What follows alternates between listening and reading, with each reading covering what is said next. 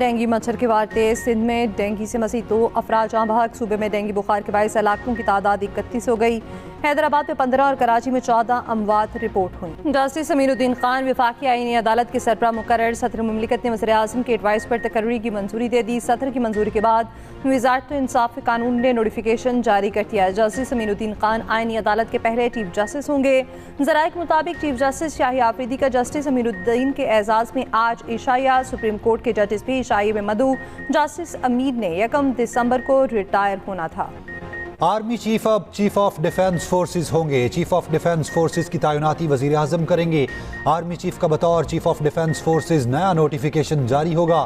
Pakistan army act ترمیمی بل قومی assembly سے منظور۔ مجوزہ ایکٹ کے مطابق نئے نوٹیفیکیشن کے بعد آرمی چیف کی مدت دوبارہ سے شروع ہوگی۔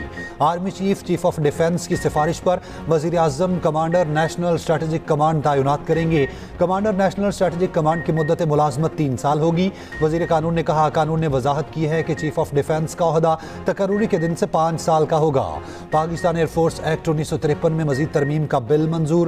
پاکستان آرمی ایکٹ کے آرٹیکل 176 میں ترمیم پر وضاحت جاری، جبکہ آرٹیکل 178 میں ڈالا گیا تھا اس پر کوئی نئی بات نہیں ہے۔ موجودہ ترمیم صرف آرمی چیف کی کمانڈر آف ڈیفنس فورسز تقرری کو شامل کرنے کے لیے ہے۔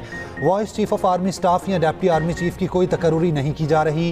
اس سے قبل کابینہ نے 27ویں آئینی ترمیم میں قانون سازی کی منظوری دی تھی۔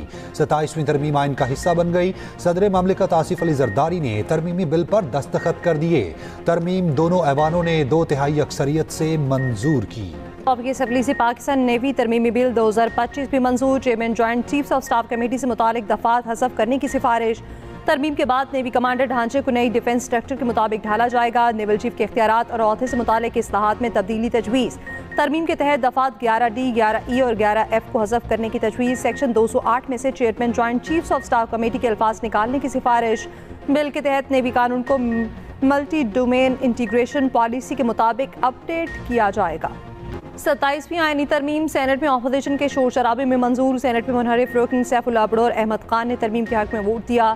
JUI نے مخالفت میں ووٹ دیا، جبکہ PTI ووٹنگ کا حصہ نہیں بنی۔ PTI ارکان نے چیئرمین ٹائز کے سامنے دھرنا دیے رکھا، نامنظور کے نعرے لگائے، ایجنڈے کی کاپیاں ہوا میں اڑا دیں۔ وزیر قانون عاصم نذیر تارڑ نے بل پیش کیا، اظہار خیال کرتے ہوئے کہا، موجودہ چیف جسٹس آف پاکستان اپنے عہدے پر برقرار رہیں گے۔ کوئی عدالت آرٹیکل 6 کے تحت کسی مارشل لاء یا غیر آئینی اقدام کی توثیق نہیں کرے گی۔ سیف اللہ بڑو کے استعفے سے متعلق کہا، آئین کے تحت پارٹی پالیسی سے انحراف کی صورت میں کوئی رکن خود بخود نااہل نہیں ہوتا۔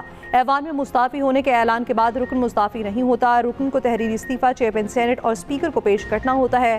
سینیٹر سیف اللہ بڑو پر آئین کی شق آرٹیکل 63A کا اطلاق نہیں ہوتا۔ MKM کی لوکل باڈیز کی ترامیم کو ہم نے سپورٹ کیا ہے۔ MKM کی ترامیم موجودہ ترامیم کا حصہ نہ بن سکیں۔ وزیر اعظم شہباز شریف نے اظہار خیال کرتے ہوئے کہا، کل تقریر میں ایک بات کرنا بھول گیا تھا۔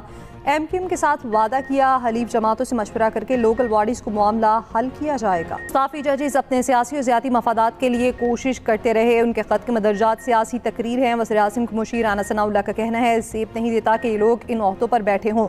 ہمارے ججز کے فیصلے کم بولتے ہیں اور وہ خود زیادہ بولتے ہیں۔ ججز کے احترام میں حکومت نے ان کے خلاف کوئی اقدام نہیں کیا تھا۔ ججز کا سیاسی ایجنڈا یہ تھا، حکومت کے خلاف اور PTI کے ساتھ تھے۔ ججز نے سیاسی اور ذاتی ایجنڈا پورا نہ ہونے پر احتجاج کیا ہے۔ آئین میں ترمیم کرنا پارلیمنٹ کا اختیار ہے۔